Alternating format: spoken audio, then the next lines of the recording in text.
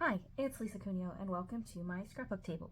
This is Scraplift Crafternoon for Sunday, May 25th.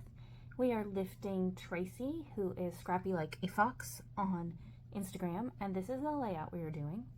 My layout is going to look very different from this, but I do have a block of photos here on the right, one on the left, a title here, and some journaling in the middle, as well as a strip across the bottom. So it's definitely inspired by Tracy's great layout that is here. Let me show you what I'm going to use. I have some brand new stuff, new titles. This is acrylic. I think it's acrylic. And hang on one second. It came in this box of wonderful stuff, which I'm going to take you through in a video soon, but I couldn't wait to use this, so I went ahead and took it out. It's from Color Cast Designs. It's my first order from them, so I ordered, I subscribed to the acrylic subscription, and I ordered a few other things as well. So that came in the mail this week, and I was so happy to see it and sad that I couldn't get it out and start using it right away. Here are the photos that I have. These smaller ones are going to make up the block here on the right. This larger one will be on the left.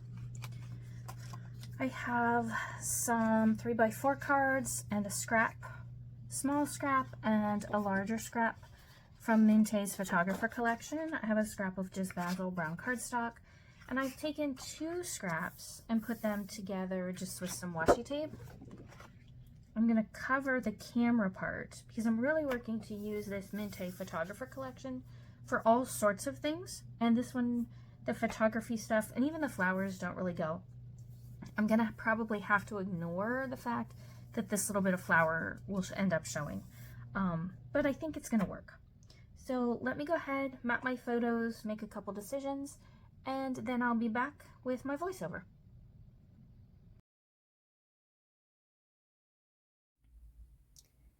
You can see that I have matted my photos in this dark brown basil cardstock.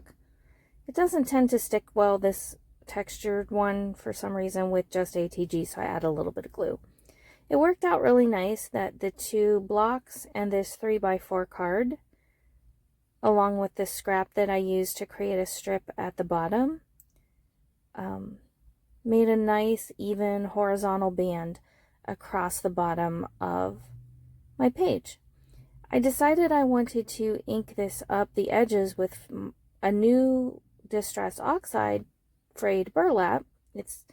I don't know that I've ever used it, maybe once. I bought it probably in March, so a couple months ago. It's almost completely dried out, so it must have come that way. But I bought a couple Distress Oxides at 2 or 3 different places in the last few months, and I don't know where I bought this one, so there's no returning it. I'll just have to get a re-inker. And I pulled out my title, but I was thinking this needs something different. And then I thought, oh, let's use another new thing I have. These stitching templates from MK's shop, Some Assemblage Required. My husband and daughter bought them for me for Mother's Day. And I also have the new hexagon one. So I decided to use this dark blue, bluish green embroidery floss to stitch with one of those template patterns down that kind of like down through the seam. And so I grab my pokey tool there, and I'm trying to make sure I have this lined up just right. And I do not have you watch all of this poking the holes or any of the stitching, because watching me do stitching would be very painful. I'm not very good at it. And I did have an issue there with that piece that got knotted, and I was not going to cut it and take it out. That was going to cause more trouble because of other things I'm not going to bother boring you with. But anyway, I figured out a way to cover it up.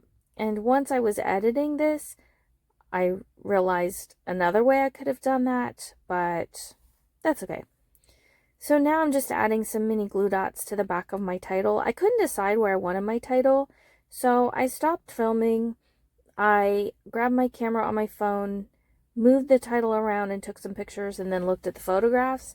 and picked the one where I liked the title best, and that's where I ended up putting it. I just couldn't decide, and that was an easy way for me to see the options one after the other and decide how I wanted it to go.